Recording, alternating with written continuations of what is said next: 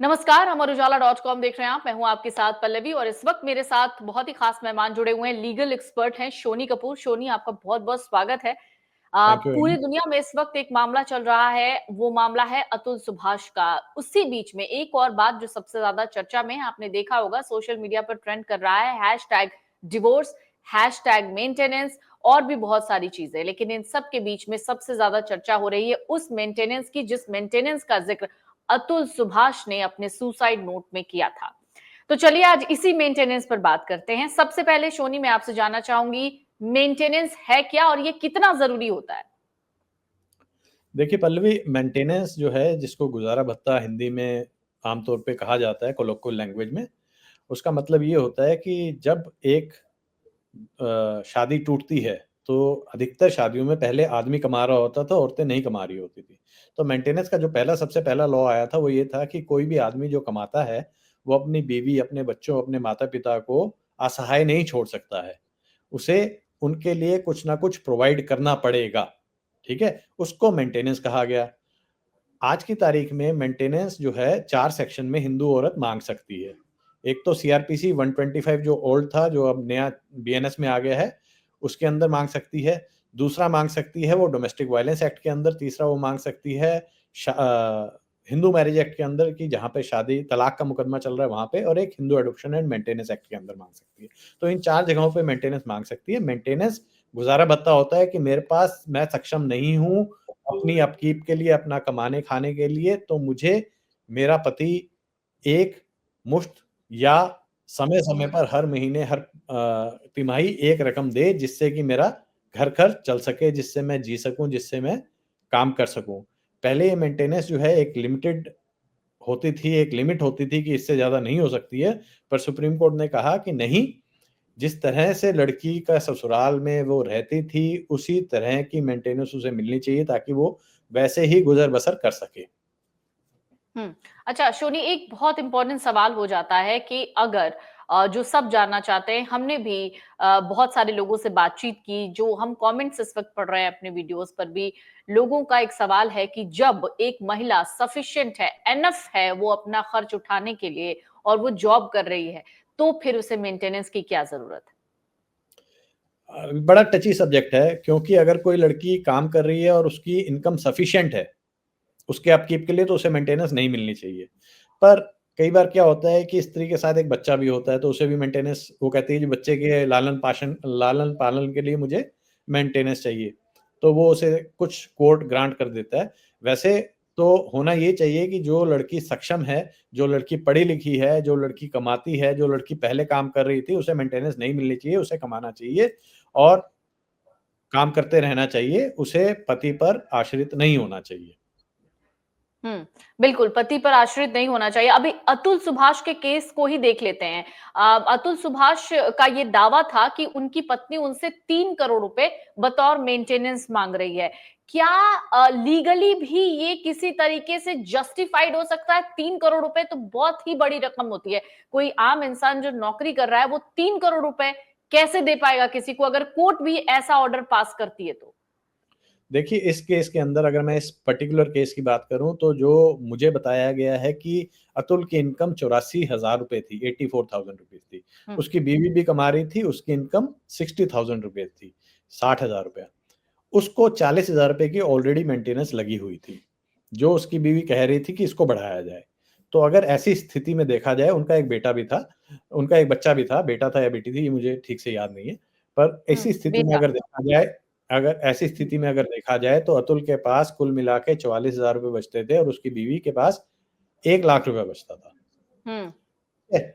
तो ये तो कहीं से जस्टिफाइड नहीं है। इसीलिए अतुल ने जो है इल्ज़ाम लगाए हैं कोर्ट स्टाफ पे, कोर्ट के जज पे, वो सब भी इल्ज़ाम लगाए हैं कि सवा 3 करोड़ रुपए, 3 करोड़ 30 लाख रुपए उससे माँगे जा रहे थे एज़ अ परमानेंट एलिमनी।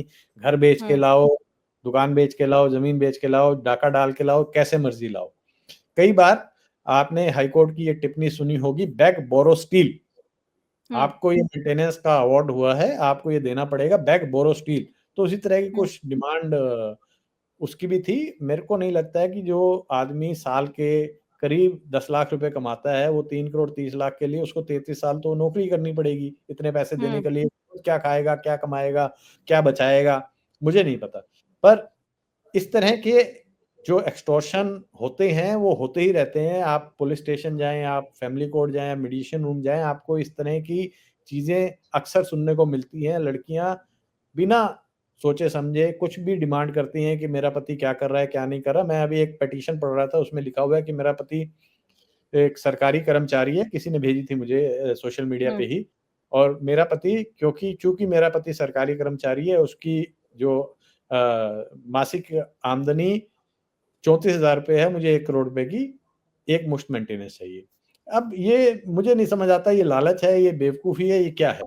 पर अतुल के हुँ, केस में कम से कम इसने एक चीज़ तो कर दी कि बेचारा इसको सह नहीं पाया और उसको लगा कि मैं हुँ। सारी ज़िंदगी कमाता ही रहूँगा और इसको पालता रहूँगा, तो इससे अच्छा ये है कि मैं, और ज़रूरी नहीं है कि मेरे पर पैसे देने से ये सब रुक जाएँ, क्योंकि मेंटेनेंस के केसेस बाद में भी लग जाते हैं। एक बार सेटलमेंट होने के बाद भी मेंटेनेंस के केसेस दोबारा लगाए जा सकते हैं अगर स्थितियों में बदलाव आता है। अच्छा, ये तो हो गई वो एक्सटॉर्शन वाली बात कि मुझे अगर किसी को तंग करना है तो अ, 1 करोड़ माँग लिया, 5 करोड़ माँग लिया, लेकिन लॉ क्या कहता है शोनी? क्योंकि लॉ में भी बहुत सारी ऐसी चीज़ें होंगी, चूँकि आप इन केसेस को बहुत बारीकी से देखते और समझते हैं, तो मैं आपके ज़रिए जानना चाहती हूँ कि क्या लॉ भी यही मानता है? क्या ऐसे इसी तरीके के ऑर्डर इससे पहले भी पास हुए हैं जिसमें इंसान की कमाई ही 80,000 रुपए है और उसको मेंटेनेंस 40-50,000 रुपए देने पड़ रहा है, जबकि औरत खुद ही 60-70,000 रुपए कमा रही है। ऐसे में लॉ खुद क्या कह रहा है? देखिए, लॉ जो है उसमें कोई भी मैथमेटिकल फ़ॉर्मूला तो है नहीं। बहुत सारे हुँ, डिस्क्रिप्शन है, सुप्रीम कोर्ट की एक गाइडलाइंस आई थी रजनीश वर्सेस नेहा में। उसमें कहा हुँ, गया, उससे पहले अलग-अलग हाई कोर्ट्स ने कहा कि जो लड़की पहले कमा रही थी, जो कमाने में सक्षम है, उसे मेंटेनेंस नहीं मिलनी चाहिए। पर सुप्रीम कोर्ट की गाइडलाइंस है रजनीश वर्सेस नेहा में, उसमें कहा गया कि लड़की कमा सकती है या नहीं सकती है, ये कोई सवाल ही नहीं है। लड़की हुँ, कमा रही है या नहीं कमा रही है, ये एकमात्र सवाल है। तो जी, भले ही लड़की सक्षम है और उसने अगर एक दिन के लिए नौकरी छोड़ दी है और मेंटेनेंस का केस लगा दिया, तो उसे मेंटेनेंस तो मिलेगी ही मिलेगी। हुँ, जो मुझे समझ आता है, जिसको हुँ, मैं इंटरप्रेट करता हूँ, गलत हो सकता है, सही हो सकता है।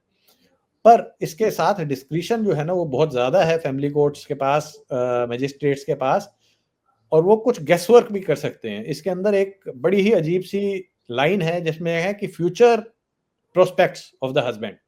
अब फ्यूचर प्रोस्पेक्ट्स क्या हैं आज की तारीख में, एआई के ज़माने में, जहाँ नौकरियाँ जा रही हैं सॉफ्टवेयर में, कंपनियों में काम करने वाले लोगों की, जहाँ बहुत सारे लोग बेरोज़गार हैं, जहाँ इतना कॉम्पिटिशन है, मुझे नहीं पता फ्यूचर प्रोस्पेक्ट्स को कैसे जस्टिफ़ाई किया जा सकता है, और क्या जो जजेस बैठे हैं उनको ये रियलिटी पता भी है या नहीं पता है कि फ्यूचर प्रोस्पेक्ट किसी पर्टिकुलर डोमेन में क्या रहेंगे, क्या नहीं रहेंगे। तो जो सुप्रीम कोर्ट की गाइडलाइंस है वो सुनने में बहुत अच्छी लगती है, बट प्रैक्टिकली उनको इम्प्लीमेंट करना बड़ा मुश्किल है। तो आप क्या खुद भी मानते हैं एज़ अ लॉ एक्सपर्ट कि ज़ाहिर है कि कानून में बदलाव होते रहना चाहिए, धीरे-धीरे बहुत सारी चीज़ों में बदलाव हुए हैं, 498 ए पर भी कई तरीके के बदलाव किए गए हैं, तो क्या आपको लगता है कि अब मेंटेनेंस जैसे केसों में भी किसी तरीके का बदलाव होना चाहिए आने वाले दिनों में? भी मेरा तो इसके अंदर जो मत है वो ये है कि जो भी एलिमनी, मेंटेनेंस, प्रॉपर्टी का जो क्लेम है, वो फेयर फेयर होना चाहिए। इस कानून के अंदर अमूलचूल परिवर्तन की आवश्यकता है। इसके अंदर कुछ चीज़ें देखी जानी चाहिए, जैसे कि बहुत सारे कंट्रीज़ में देखी जाती हैं कि शादी कितनी चली थी, ड्यूरेशन ऑफ हुँ, मैरिज। 6 महीने की शादी में आप 3 करोड़ रुपए माँगना, 25 लाख रुपए माँगना, 10 करोड़ माँगना, वो नहीं होना चाहिए। कुछ कुछ क्राइटेरिया होना चाहिए कि मिनिमम 7 साल शादी चली है, 3 साल चली है, of course that is debatable. दूसरा, शादी की नेचर क्या थी? कैसे रह रहे थे? क्या दोनों कमा रहे थे? क्या लड़की ने कोई जॉब छोड़ी? क्या लड़की कमाती थी? क्या लड़की आलसी है? क्या लड़का आलसी है? क्या लड़का अ, मतलब कि कुछ भी जो उनकी नेचर है उसके बारे में होना चाहिए।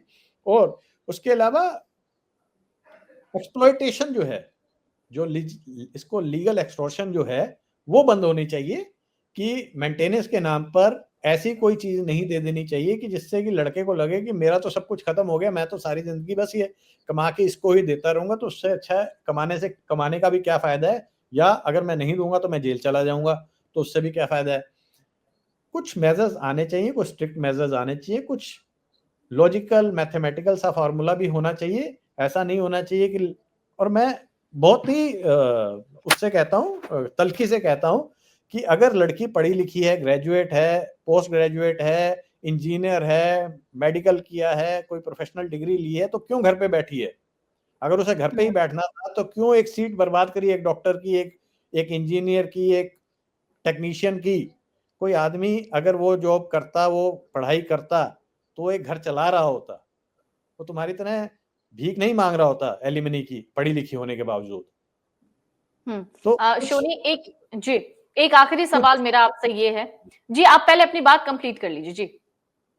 तो मेरा बस यही कहना था कि कुछ जो है रीजनेबल प्रैक्टिकल सा सिनेरियो बनना चाहिए, और फैमिली कोर्ट में जो जजेस बैठे हैं उनको भी कोई एड करे कि किसी प्रोफेशन के अंदर क्या चैलेंजेस हैं, क्या प्रोस्पेक्ट्स हैं, क्योंकि ये कह देना फ्यूचर प्रोस्पेक्ट कैसे एक जज को सब कुछ कैसे पता होगा कि हर एक इंडस्ट्री में क्या हो रहा है। जी। एक आखिरी सवाल मेरा शोनी आपसे अभी कई लोग ये सवाल पूछ रहे हैं, शायद कई लोगों का ध्यान भी इस तरफ ना गया हो। अगर लोअर कोर्ट से अतुल को एक मेंटेनेंस बांधी गई या कहा गया कि 3 करोड़ रुपए दो या किसी तरीके का कोई प्रेशर पड़ रहा था, तो क्या अतुल के पास हायर कोर्ट में जाने का कोई ऑप्शन नहीं था? या अतुल जैसे कई लोगों के पास क्या हायर कोर्ट में जाने का कोई ऑप्शन नहीं होता? मैं आपको प्रैक्टिकली समझा देता हूँ। कहने को तो अपील और रिवीजन दोनों ही अवेलेबल हैं, पर जनरली जो प्रैक्टिकली होता है हाई कोर्ट के अंदर, या अगर आप ट्रायल कोर्ट की सेशन में अपील करते हैं, तो जनरली कहा जाता है कि ये जो मेंटेनेंस बंदी है ये तो आप देते रहें, या कम से कम इसका 50% एक मुश्त जमा कराएं, तब तो आपकी अपील सुनी जाएगी। ये एक ट्रेंड है, इसको ये ना ले कि ऐसा हर केस में होता है, पर ये एक ट्रेंड है। अधिकतर केस, अधिकांश केसेस में ऐसा ही होता है। अगर इसमें 40,000 रुपए मेंटेनेंस लगी है, और वो लगी है जब उसने फाइल किया था 2 साल पहले से, तो करीब 10 लाख रुपए हो गए। 84,000 रुपए कमाने वाला आदमी 10 लाख रुपए में से 5 लाख रुपए आज कहाँ जमा कराएगा अपनी अपीलें सुनने के लिए? और ये बहुत से लोगों के साथ ऐसी चीजें होती रहती हैं, सुनने में आता है। अभी पीछे एक केस आया था जिसमें एक आदमी था जो हाथ पैर से लाचार हो गया था एक एक्सीडेंट की वजह से, तो उसके 5 लाख रुपए उससे एलिमनी मांगी जा रही थी। तो हम मेंस राइट के ग्रुप्स ने उसको इकट्ठा करके कुछ पैसे दिए ताकि वो अपनी बीवी को देके कम से कम छुटकारा पा सके। अच्छा शोनी, तो खुद आप क्या मानते हैं? आप लोग खुद न्याय के पहरेदार हैं, आप लोग खुद न्याय और अन्याय होते हुए अपनी आंखों के सामने देखते हैं। देखिए हम अभी आने वाले दिनों में आप खुद अपनी तरफ से क्या स्टेप्स उठाने की सोच रहे हैं? देखिए, हम तो जो कर सकते हैं, हम एक एनजीओ चलाते हैं, हम लोगों को एडवाइस करते हैं, हम लोगों को बताते हैं कि क्या करना चाहिए, क्या नहीं करना चाहिए, और बाकी हम उसके बाद प्रे करते हैं कि कोई इस तरह की, जैसे ये साहिबा बैठी थी, कोई इस तरह की जज साहिबा ना बैठी हो जो कहे कि 5 लाख रुपए दो तो मैं नेगोशिएट करवा देती हूँ। और ये तो हम प्रे ही कर सकते हैं, इसके बारे में तो कुछ कह नहीं सकते। बाकी कानून में बहुत परिवर्तन की ज़रूरत है, बहुत ही ज़्यादा। फैमिली कोर्ट्स, महिला कोर्ट और पुलिस स्टेशन लीगल एक्सटॉर्शन के अड्डे बन चुके हैं, और ये रुकना ही चाहिए। चाहे इसके लिए हाई कोर्ट की तरफ से कोई गाइडलाइंस आए, चाहे इसके लिए सुप्रीम कोर्ट की तरफ से कोई गाइडलाइंस आए, पर ये रुकना ही चाहिए। बहुत-बहुत शुक्रिया शोनी, आपसे बात करके बहुत अच्छा लगा और मुझे लगता है कि कई लोग जो होंगे, जो कई पुरुष होंगे जो इस वक़्त इन चीज़ों का दंश झेल रहे हैं, उनको आपकी ये बात समझ में आए और एट लीस्ट उसी के हिसाब से वो काम करें। लेकिन फिर भी सुसाइड करना कहीं से भी जायज़ नहीं है, कानून में भी इसे जी, बहुत ही बिल्कुल। दुखद है। हुँ। धन्यवाद पल्लवी, बहुत-बहुत आपका। शुक्रिया शोनी आपका और आपका हमारे साथ जुड़ना इसके लिए बहुत-बहुत शुक्रिया। आप सब हमारे साथ जुड़े रहे इसके लिए बहुत अगर आप ये वीडियो YouTube पर देख रहे हैं तो हमारे चैनल को सब्सक्राइब कर बेल आइकन दबाएं और Facebook पर देख रहे हैं तो हमारे पेज को लाइक करें। 8 मिलियन प्लस सब्सक्राइबर, आपके इस भरोसे के लिए बहुत धन्यवाद।